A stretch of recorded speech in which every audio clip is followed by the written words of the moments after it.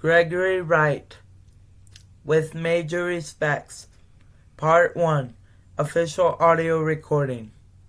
So, I'm in what I call my studio today, partially because I want our audience to feel like they are a major part into the creation of the Writer Audio Network production.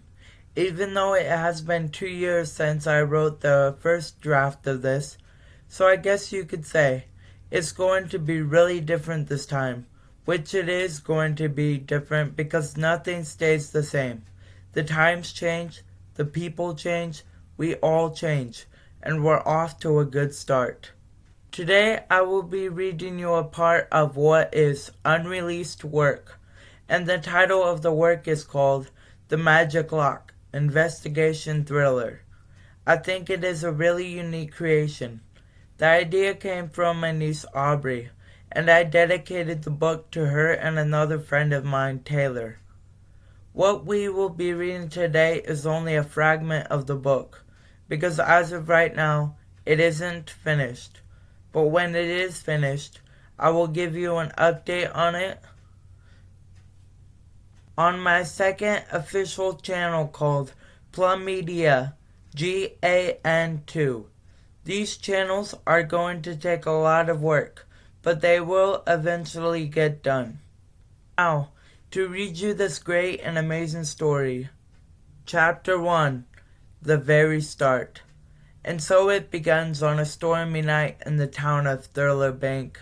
The thunder roared and carried on, leaving no signs of any cats roaming the streets. The night got so intense that many children were forced to sleep in the basements of their two-way apartments while their parents rested upstairs in their comfortable bedrooms. The nice and cozy-like structure of the two-way apartments were built from red and green bricks with 2 sheets of silky padding engraved into the walls. Every inch of the inside had been carefully insulated with carpet surrounding every wall. It was almost ridiculous to imagine what an environment that was. The night carried on with stormy winds, shaking the two-way apartments by ridiculing them. At this point, the apartments were shaking submissively, like a ship in a violent tsunami. If only. But this storm was quiet, obedient, and fierce too. It was none like other. Down the stairs slid 2 teenage boys, Jack Irwin and Ricky Stone. They were not even related. Jack's mom left him when he was just 4 years old. He had to do a lot of things on his own, because his brother Marty moved to Florida with his wife Emily. He hasn't seen him since then. Now, he is a best-selling author and he has 5 kids. They are a wealthy couple because of the book he just published called 17 Years Younger.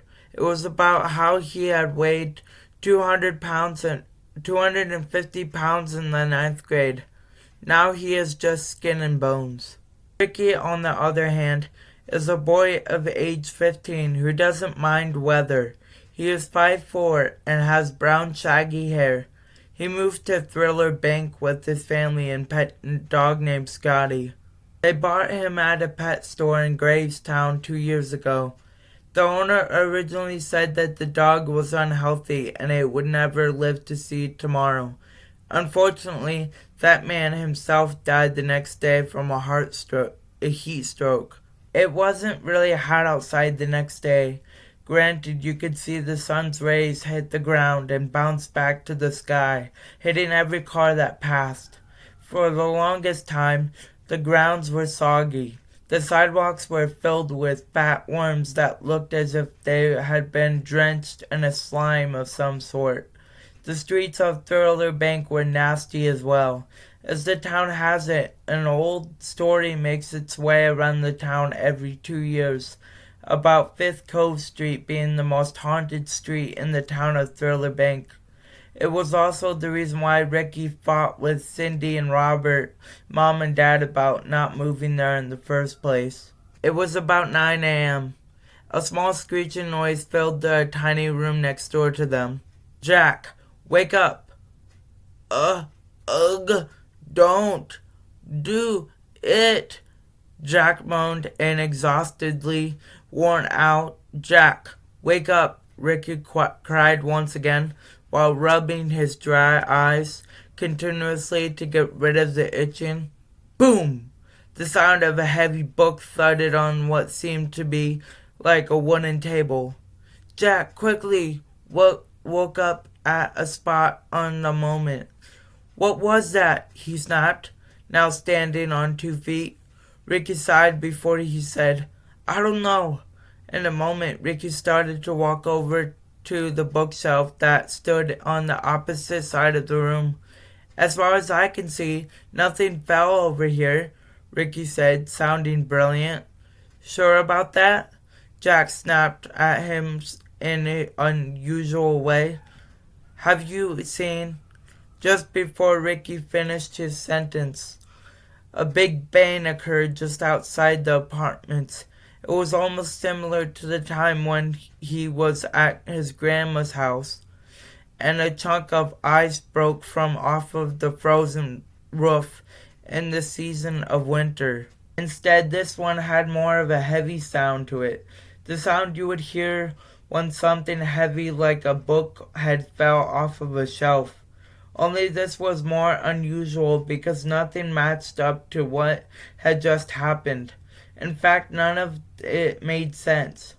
I don't know what this could be, Jack, but it seems like we're in for quite a mystery, Ricky said out of respect as he headed back to his bed for some odd reason. The bed that Jack and Ricky shared normally when it was stormy outside, and for a moment of luck, the mystery of the noises had stopped, as a sudden tremor of wind blew outside with an occasional sound of thunder and lightning had struck its bolts just 10 seconds before, all while Jack and Ricky stood trapped in the basement with nothing to talk about except for the big boom they had just heard about nearly a minute before. As crazy as this sounds, I think it's just thunder. Maybe we're overreacting, you know. Like what Mom and Dad tell us about the news in the World Wide Web, Jack suggested out loud with a little bit of enthusiasm and positivity in his voice and character. Now speaking without thinking, Ricky blurted out, Well, you don't believe me, do you? As he reached over beside him on what appeared to be a little shelf made from some old wooden plaster-like material. Well, Jack started to speak out solemnly, with his eagle-like character now changing due to some mistake or language. Well, what? You were going to tell me something, so finish what you were going to say. You know. Ricky spoke back with a tad bit of negative self-esteem and so-called arrogance. Well, as I was going to say, what is there to believe you about? There's no explanation for your arrogance. You have to explain yourself a little more, you know, Jack said with confidence in his words, now moving over to see what Ricky had in his hands. What is that? Is that your some kind of proof? Some bogus work you made to call out the duties of nature? Jack said, sounding stupid with his negative comeback. No, Ricky said, sounding obvious.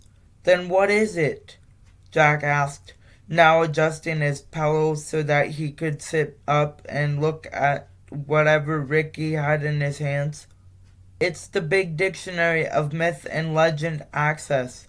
Ricky spoke freely, now opening the book up to a letter M.